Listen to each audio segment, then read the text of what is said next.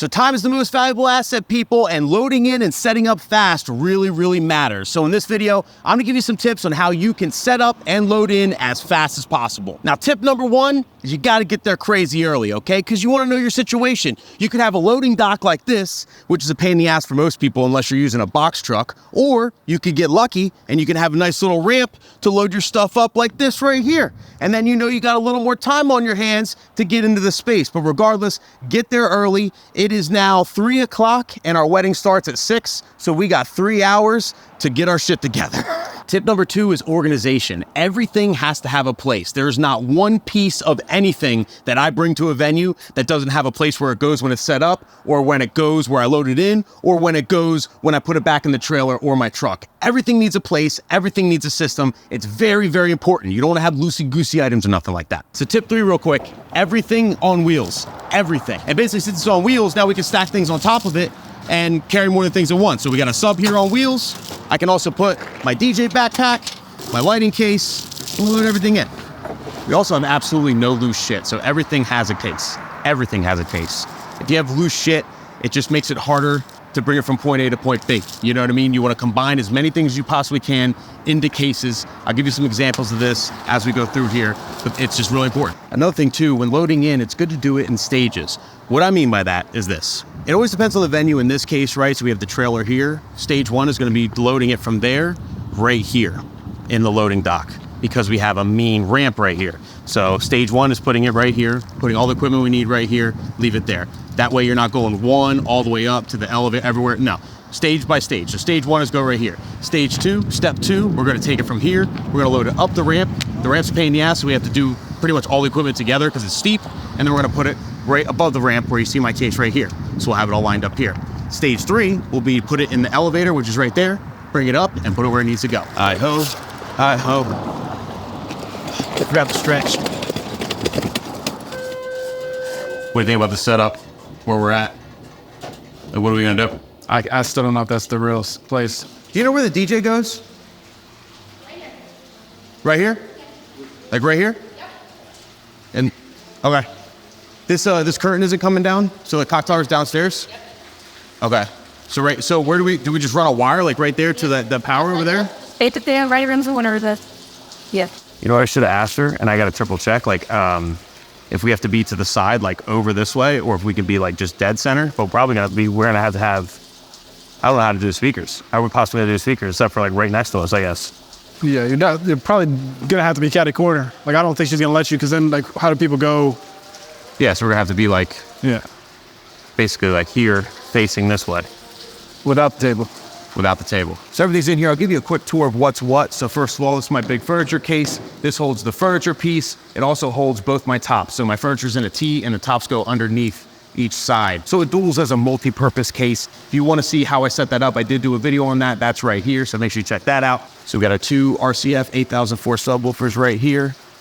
Over here, this is the wire box on wheels. On top of that, both lighting, we got little uplights that we put around the setup if we don't have, like, you know, a full uplighting package. It's just this. Then this is 8 uplights I can put around the setup if I need it. Monitor speaker, this is the RCF 910 monitor speaker. Cooler for water, gotta stay hydrated. Yes, it's just water in here, okay? Mind your business, we're not bringing beer or nothing, but always bring a cooler to keep it cool in there. The 16 space rack here holds all the brains, the QSC touch mix, the mics, the distro, all kinds of cool stuff. This is the laptop stand that I attached to the top of the furniture. There's the other sub. My big laptop bag holds all the laptops and everything we need there. This is for my camera case and whatnot, and that's pretty much it. Now, one big thing I always do, and a huge tip for you, is to always look from the bride and groom's perspective. Your couple's perspective matters, right? So when I'm finalizing, you know, where we're kind of putting our stuff, especially in all of our place like this, I'm gonna go up here to the sweetheart table, and I'm gonna see what it looks like from their point of view. So let's take a look. All the way, if I can focus it over there. Kind of looks even. So now that the speakers are where they're going to be, the side, Santi can set up around this. So I'm going to go set up ceremony, and then Santi's going to set up this whole setup. Well, as you know, everything, he has a system for everything, but one thing there is not a system for is this wire box.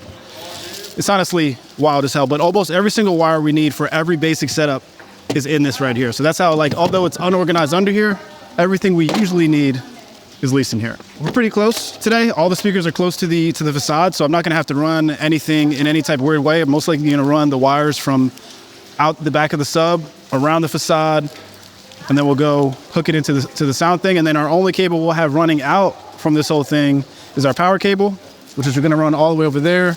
We'll tape the shit out of it. We'll mark it with some white tape. So another thing Nick has is these cables, custom made NLFX. They're essentially combo cables. And we have our power, which will connect our top to our sub, and the XLR in one. Just makes it one step easier. I run whatever XLR and PowerCon is gonna have most slack first, so that's on the bottom, so that all the weight isn't gonna be on a wire that has less wire to support the weight, which is obviously is OCD, but that's what I do. Try to preset your slack to make it easier to tape later. You always wanna give yourself a little extra slack, obviously, so you can work if you need anything, but also because if somebody trips over something, even though these cables are hidden, you have that little bit of slack to make sure the cable doesn't pull out.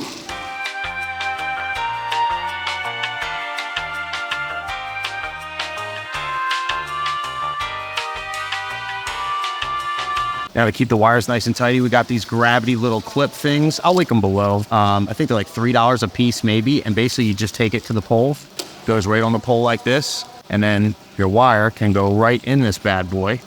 And that's it, nice and nicey. So the wire's nice and neat and you don't have to use tape or anything else. And obviously every wire gets a cable cuff. I'll link those below too if you never heard of these. These are the greatest things since sliced bread for wires. The most important thing tonight, our main power is getting ran from our setup here across and then over and around the corner. So guests are gonna be going back and forth through here. They're gonna be stepping on this. This is a very, very scary situation. So a couple things we're gonna do to basically stack the deck in our favor to make sure we don't get fucking knocked out of power, okay?